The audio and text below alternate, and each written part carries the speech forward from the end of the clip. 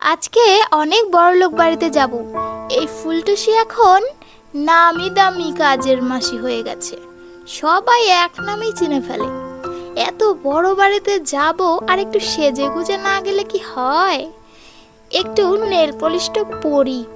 এ কি, আমার নেল পলিশটা কোথায়? কালকেই তো 50 টাকা দিয়ে কিনে আনলাম। কি গো, আমার নতুন নেল পলিশটা কোথায়? কি গো, আমার নতুন নেল পলিশটা কোথায়? আমি জানি না।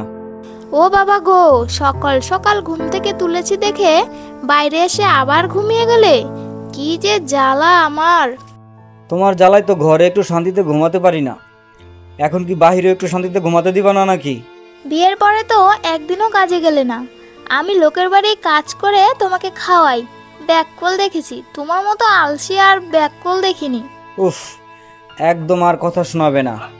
আমি যেমন তেমনই ভালো। কোথায় যাবে বলছিলে? যাও। আমি কাল নতুন নেল পলিশটা কিনে আনছি, কোথায় সেটা খুঁজে পাচ্ছি না তো, তাড়াতাড়ি বলো। আমি কি নেল পলিশ পরি নাকি? আমাকে বলছো যে? যত সব ফালতু কথা নিয়ে আসে আমার কাছে। আমি জানি তুমি নিয়েছো, তাড়াতাড়ি বলো, না হলে তোমার খবর আছে কিন্তু। আরে আমি কাউকে দেইনি, সত্যি বলছি। এই রে, কেস খেয়ে গেলাম মনে হয়। এই তো পেট থেকে কথা বেরিয়েছে। কাকে দিয়েছো বলো বলো। আসলে আমি দেইনি, পাশের বাড়ির বৌদি চাইলো তাই দিয়ে দিয়েছি।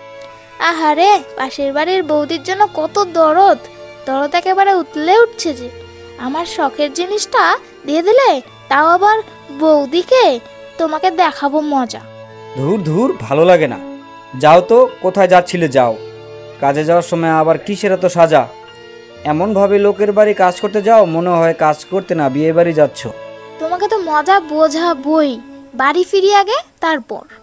বাড়ির লোক যে কি দেখে বিয়ে দিল। আমার লোকের বাড়ি কাজ করতে করতেই দিন চলে যায়। একটা আলসের জামাই আমার কপালে জুটেছে। হ্যাঁ, এসে পড়েছি বৌদি ভাই। আমি হলাম ফুলটুসি, তোমাদের বাড়ির নতুন কাজের লোক। কিসের বৌদি? গিন্নিমা বলে ডাকবি আমাকে। আমি হলাম এই বাড়ির মালকিন। ঠিক আছে, গিন্নিমাই ডাকবো। চলো ভেতরে চলো, নাকি বাইরেই দাঁড় করিয়ে রাখবে? আগে এটা তো বল, তুই কি কি কাজ পারিস? কি পারি না আমি সেটা বলো। হ্যাঁ হ্যাঁ, এই পৃথিবীতে এমন কোনো কাজ নেই যেটা এই ফুলটুসি পারে না, বুঝলে? রান্না করা, বাসন মাজা, ঘর ঝাড় দেওয়া, পরিষ্কার করা, পরিচ্ছন্ন রাখা, কুটনো কাটা, মশলা বাটা, সব পারে এই ফুলটুসি। হয়েছে হয়েছে, থাম থাম, চল ভেতরে চল। আমি যা বলবো তাই শুনবি, বুঝলি? একটা কাজও যাতে উল্টোপাল্টা না হয়। আর তুই একটু বেশি বক বক করিস।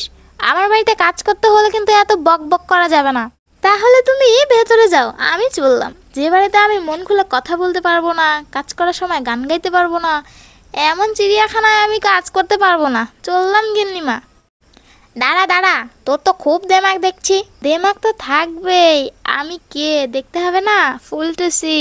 আবার নামটা তোমাকে মনে করিয়ে দেই, ফুলটুসি গো, ফুলটুসি। এর আগে অনেক কাজের বউ কাজ ছেড়ে চলে গেছে, তাও 1500-এর বেশি তো হবেই। না না, এই ফুলটুসিকে হাতছাড়া করা যাবে না। ঠিক আছে, তুই সারাদিন বক বক করিস, এখন চল ভেতরে চল। বাহ, তোমরা তো সত্যি অনেক বড় লোক গো। কি সুন্দর বাড়ি ঘর, কিন্তু নোংরা হয়ে আছে। তুমি মনে হয় কোনো কাজই করো না। এই, বেশি কথা বলবি না, যা রান্নাঘরে যা, বাসনগুলো আগে মাজ, পরে আমি দেখিয়ে দিচ্ছি কোথায় কি আছে, বুঝলি? আমাকে আগে 1 কাপ কফি দাও। কফি না খেলে আমার কাজের এনার্জি আসে না। ওগো, দেখছো কি বলছে? ওকে নাকি আমি কফি করে এনে দেব। এ কেমন কাজের বউ রে বাবা! এটা আমার রোজকার রুটিন গো। যদি রোজ সকালে আমাকে কফি বানিয়ে খাওয়াও তাহলেই কাজ করব, না হলে করব না। দাদাবাবু আমাকে অনেক অনুরোধ করেছে তাই আসলাম আর কি। না হলে কতবারই কাজ করার জন্য লোক লাইন লাগিয়ে দাঁড়িয়ে আছে, বুঝলে? আহা বউ, তুমি বুঝতে পারতেছো না কেন? ফুলটুসি যা বলেছে তাই করো। আর সামান্য কফিই তো বানাতে বলেছে। তুমি কিন্তু ভুলে যেও না, এর আগে তোমার জ্বালায় প্রায় 1500 কাজের মাসি কাজ ছেড়ে চলে গেছে। ঠিক আছে ফুলটুসি, তোকে কোথাও যেতে হবে না, তুই এখানেই থাক। আমি তোকে রোজ সকালে কফি করে খাওয়াবো। হলো, এবার কাজে ধর। এই তো, এইবার মনে হচ্ছে ফুলটুসি আমার বউটাকে জব্দ করবে।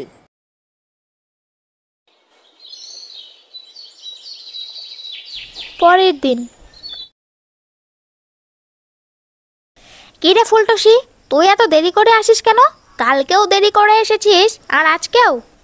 ঘুম থেকে উঠে কি তোমার বাড়ি চলে আসবো নাকি? আর আমার বাড়ির কাজগুলোর জন্য কি নতুন করে কাজের মাসি রাখবো? আর সেটার টাকা কি তুমি দেবে?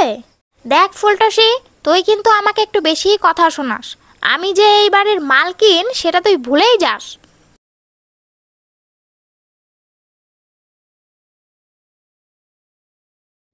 কি রে লক্ষ্মী রানী, কি করছিস?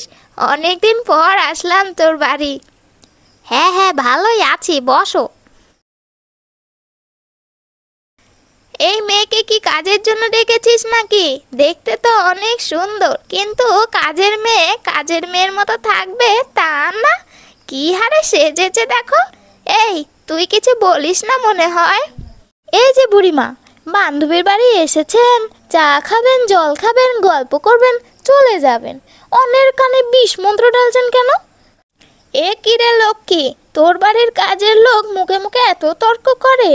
আমার বাড়ির কাজের মেয়ে এমন কথা বললে ঘাড় ধাক্কা দিয়ে বাড়ি থেকে বের করে দিতাম।